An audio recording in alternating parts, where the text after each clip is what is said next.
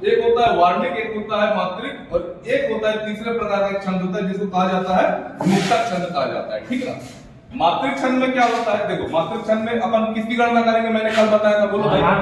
जहां पर मात्राओं की गणना की जाए उसके आधार पर छंद की व्याख्या हो वहां पर मात्रिक छंद होगा, और जहां पर वर्णों की गणना की जाए उसमें गणों का निर्धारण किया जाए उसमें किसका वर्णन होगा, वर्णिक का। जहां पर इन दोनों नियम का पालन ना हो वहां पर कौन सा छंद होगा, मुक्तक छंद। मुक्तक छंद, ये मोस्ट इंपोर्टेंट। अब एक प्रश्न बनता है कि मुक्तक छंद की प्रथम कविता किसे मानी जाती है, ठीक ना। तो मुक्तक छंद की प्रथम कविता एक कवि थे निराला, क्या नाम है उनका, निराला, पूरा नाम है सूर्यकांत त्रिपाठी। उनकी एक कविता है जूही की कली, क्या नाम है, जूही की कली। वो ऐसी पहली कविता है जिसको मुक्तक छंद की प्रथम कविता माना जाता है। ये प्रश्न कई बार पूछा गया, व्यापकों का फेवरेट क्वेश्चन है कि मुक्तक छंद की प्रथम कविता किसे माना जाता है, तो जूही की कली। और इसके रचनाकार कौन, सूर्यकांत त्रिपाठी या निराला, स्पष्ट है। अच्छा, आधुनिक युग के जितने कवि हैं, चाहे अज्ञेय हो, माखनलाल चतुर्वेदी हो, वगैरह वगैरह जो भी है, सबकी कविताएं किसके अंतर्गत आती है, मुक्तक छंद के अंतर्गत आती है। अब देखो अपन शुरुआत कहां से करेंगे, मात्रिक छंद से, फिर वार्णिक छंद पढ़ेंगे, मुक्तक छंद पढ़ने की कोई आवश्यकता नहीं है। व्यापक अगर सबसे ज्यादा प्रश्न पूछता है तो मात्रिक छंद से ही पूछता है, वार्णिक छंद अभी तक नहीं पूछा है। लेकिन याद रखना, जो मैंने आप लोगों का गणों का निर्धारण बताया था वो ये जरूर आना चाहिए। लेकिन गणों का प्रयोग किसमें होता है, मात्रिक छंद। चलिए, अब मात्रिक छंद देखो तीन प्रकार के होते हैं।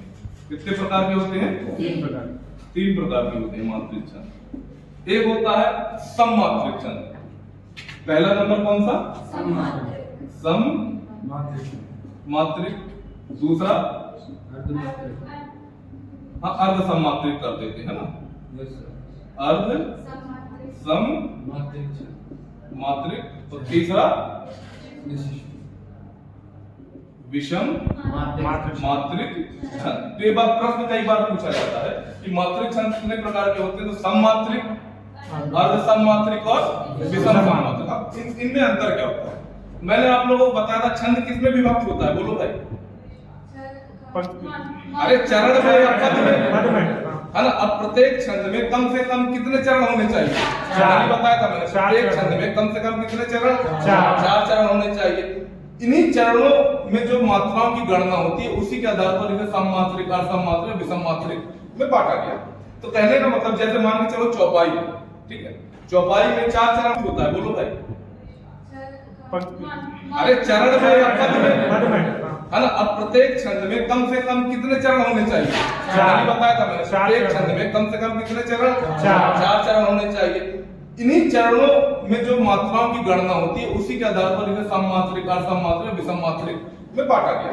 तो कहने का मतलब, जैसे मान के चलो चौपाई, ठीक है, चौपाई में 4 चरण होते हैं कि नहीं होते, होते हैं। अच्छा, प्रत्येक चरण में लगभग 16 मात्रा होती है कि नहीं होती है। तो कहने का, अच्छा सब में 16 मात्रा मतलब बराबर है, तो बराबर माने क्या, सम। कहने का मतलब है जिसके प्रत्येक चरण में समान मात्राएं होती है उसे कौन सा, सममात्रिक छंद कहा जाएगा। अच्छा, मान के चलो मैंने दोहा की बात करी, इसमें हो गया 13, इसमें हो गया 11, इसमें हो गया 13, इसमें हो गया 11, अलग अलग है, तो कौन सा हो जाएगा, अर्ध सममात्रिक। मतलब जिसके पहले और दूसरे चरण में मात्रा समान हो और तीसरे और चौथे चरण में मात्रा समान हो। पहले और तीसरे चरण में मात्रा समान हो और दूसरे और चौथे चरण में मात्रा समान हो, तो कौन सा कहलाएगा। और जिसके किसी भी चरण में मात्रा समान ना हो तो वो समझ में आया। जिसके प्रत्येक चरण में मात्रा समान हो, जिसके पहले एवं तीसरे, दूसरे एवं चौथे चरण में मात्रा समान हो, और जिसके प्रत्येक चरण में मात्रा समान ना हो, समझ में आ गया। इसके बारे में अध्ययन करेंगे, ठीक है ना।